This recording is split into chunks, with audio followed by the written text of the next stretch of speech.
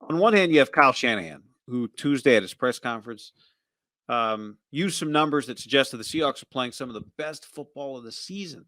He said the Seahawks in the last 4 weeks are a top 7 defense, and they're one of the best rushing teams in the NFL over that same stretch. Other numbers suggest otherwise. Here's our buddy Akash Anavarathan, who tweeted the Seahawks DVOA splits since week 10 against the rush. Their defense is 27th. Against third downs, they're 30th. In the red zone, they're 28th. Against tight ends, they're 27th.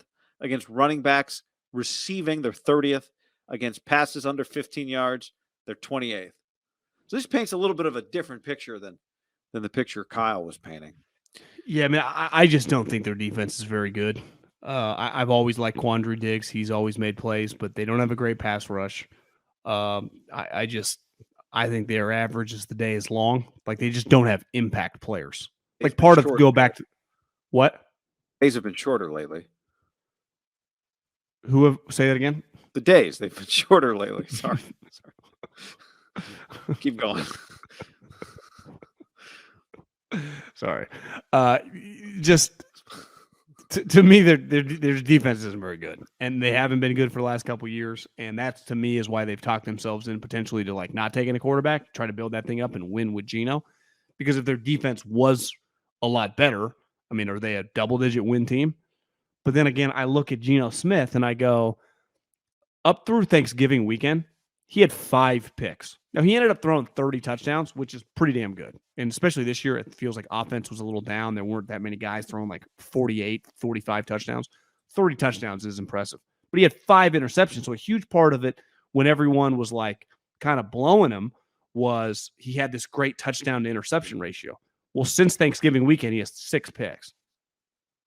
And last week against the Rams, now I understand Jalen Ramsey tried to like impress Deion Sanders and just went throwback, but he's just been throwing the ball to the other team.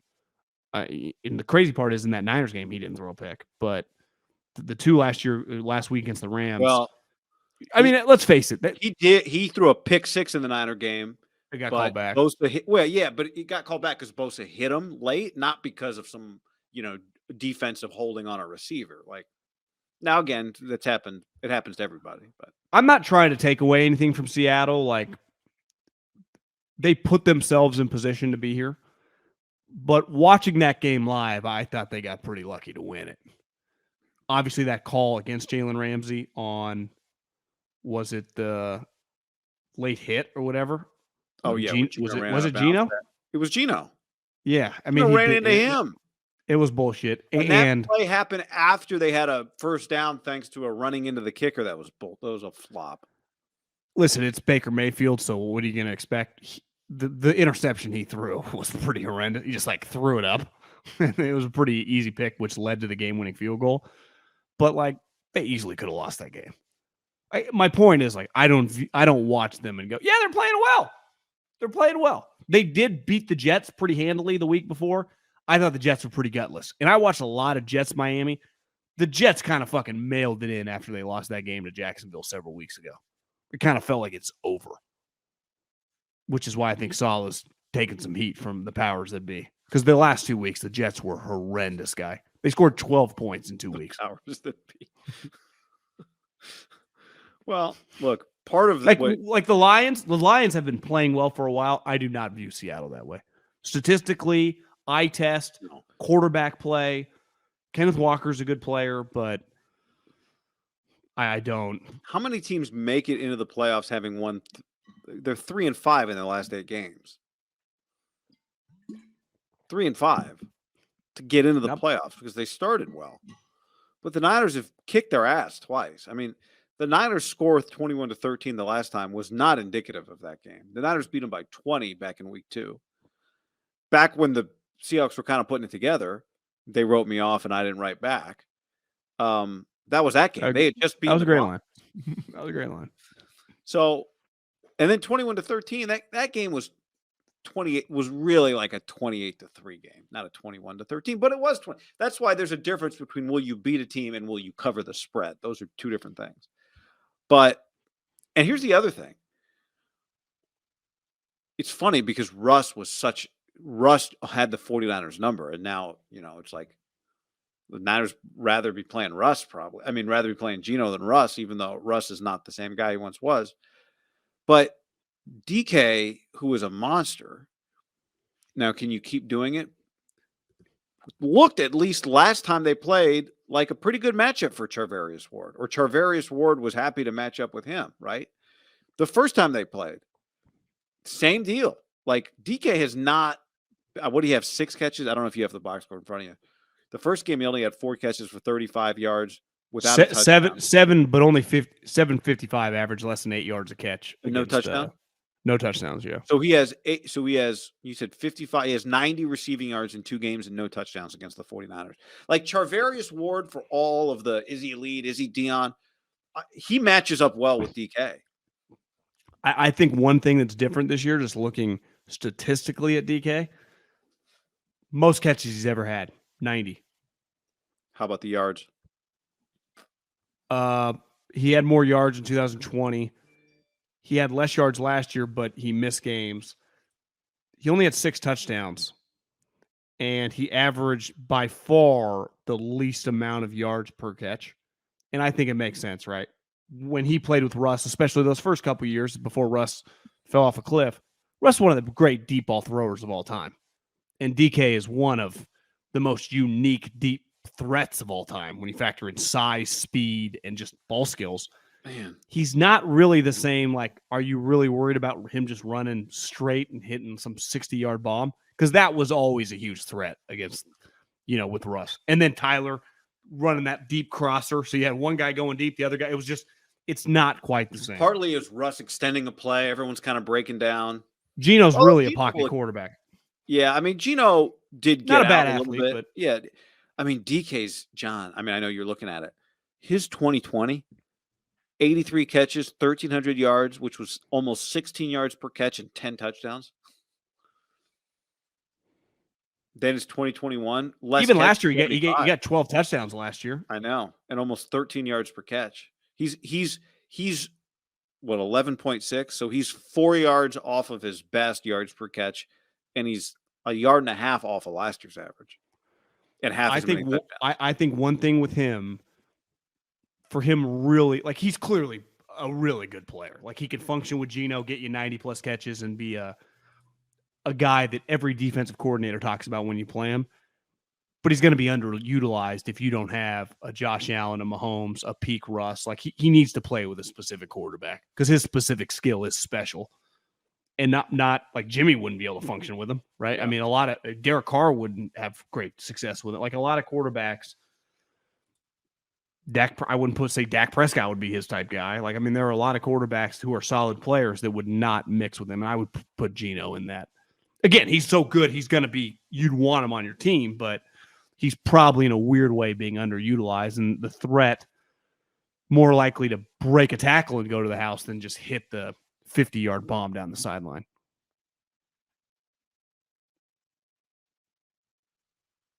What's crazy is, all 3 guys got paid. AJ, DK, Debo. Debo got injured, but the other 2 guys did produce pretty good seasons. I mean, I'd say AJ had. We broke the Eagles' record of yards, and I think definitely yards in a season. And DK, very respectable season, given that he's playing with Geno Smith, right? 90-6. Yeah. I think partly it's Charvarius. There's 2 new parts to this. They were also teammates. Never forget. They went to college together and played on the same team. Those 2, AJ Brown and DK Metcalf. What did Ole Miss win that year? Like 7 games? I think like 6 games. Yeah. Can you imagine some of the DBs on just like rant like Alabama? Like, Jesus Christ, who are these 2 guys? And Nick's like, I don't want to hear it. You treat them like any other receiver. Like, Nick, I'm telling you, these guys are not like any other receiver. There was no chance in NIL days those fucking guys would have transferred to Georgia or Alabama or LSU about year 1. They'd have been gone. The thing is, DK didn't really. Would anybody have realized that you should pay DK Metcalf? Well, DK, I think, had back issues is one of the reasons why. Never forget, Debo went way ahead of those 2 guys in the draft. Debo was the 36th pick. Those guys didn't go. The Titans and and Seattle were like playoff teams. Those guys went at the end of the second round. Yeah, Kyle was drafted into his quarterback. And remember, Kyle coached him at the Senior Bowl. That's right. Yeah. And he brought he doesn't return, but that was a huge thing he did in Kyle. Like he was a versatile chess piece, like Kyle likes. He makes sense with Kyle. You know, like I would say DK would make, if you had to rank the guys Kyle would want, Debo's just would be one. Now with Purdy, maybe AJ would definitely be two. Yeah. You mentioned Pete Carroll getting asked about Jim Harbaugh and Kyle Shanahan. There is something to be said about, as long as Pete Carroll is the coach of the Seahawks, and obviously the Seahawks team is not like his other teams, you probably do need to be physical just to stand toe-to-toe with them, right? Even though it is Kyle's team, not Jim's team anymore. Those days are long gone. It is kind of the same formula. And it made that Seahawks rivalry. And I think it's why the Seahawks game still has some cachet, is because it looks the same from the Niners standpoint. The Seahawks have changed. Their personnel isn't the same. Their style of play is the same. Like, remember, the Seahawks game was the game that Trey got hurt in because Cody Barton was a heat-seeking missile and destroyed him while Trey was trying to run. So I think the question of Pete's kind of fair. Like, it is Pete's style. It is the Niners style. The Niners style, through multiple coaches, has come back to what it was when this rivalry began. And that part of it is cool and probably necessary because Pete is going to get guys that play. Like, Pete's guys will play their asses off. They just do. Well, assuming that McVay's gone, which sure trends that way, and Arizona is going to blow that fucking thing up. When you factor in Seattle with all these picks, and they already have a solid nucleus, clearly, of some good players to win 8 to 10 games right now without even a top 10 pick and their own pick. Seattle, if you had to bet on who's going to be the second best team or the team that's going to give the Niners the most trouble next year and the team that's going to compete to win the division, you would put, as long as Pete's there, Seattle next year, right? Yeah, I think if you told me like Stafford's healthy and they get a good coach, I'd give the Rams a shot. The Rams, I thought, or if McVay's back and Stafford's healthy, like they competed, You tell me McVay's back and all those guys are back, I would agree. But I'm with you. But never forget, Stafford played before McVay on a lot of teams that had some talent and they underachieved. Here's what I would say though about Seattle. If they run it back with Geno, they probably aren't. Like this year they caught lightning in a bottle for half the year, and we're able. Well, they get in a 30 and 11 year again.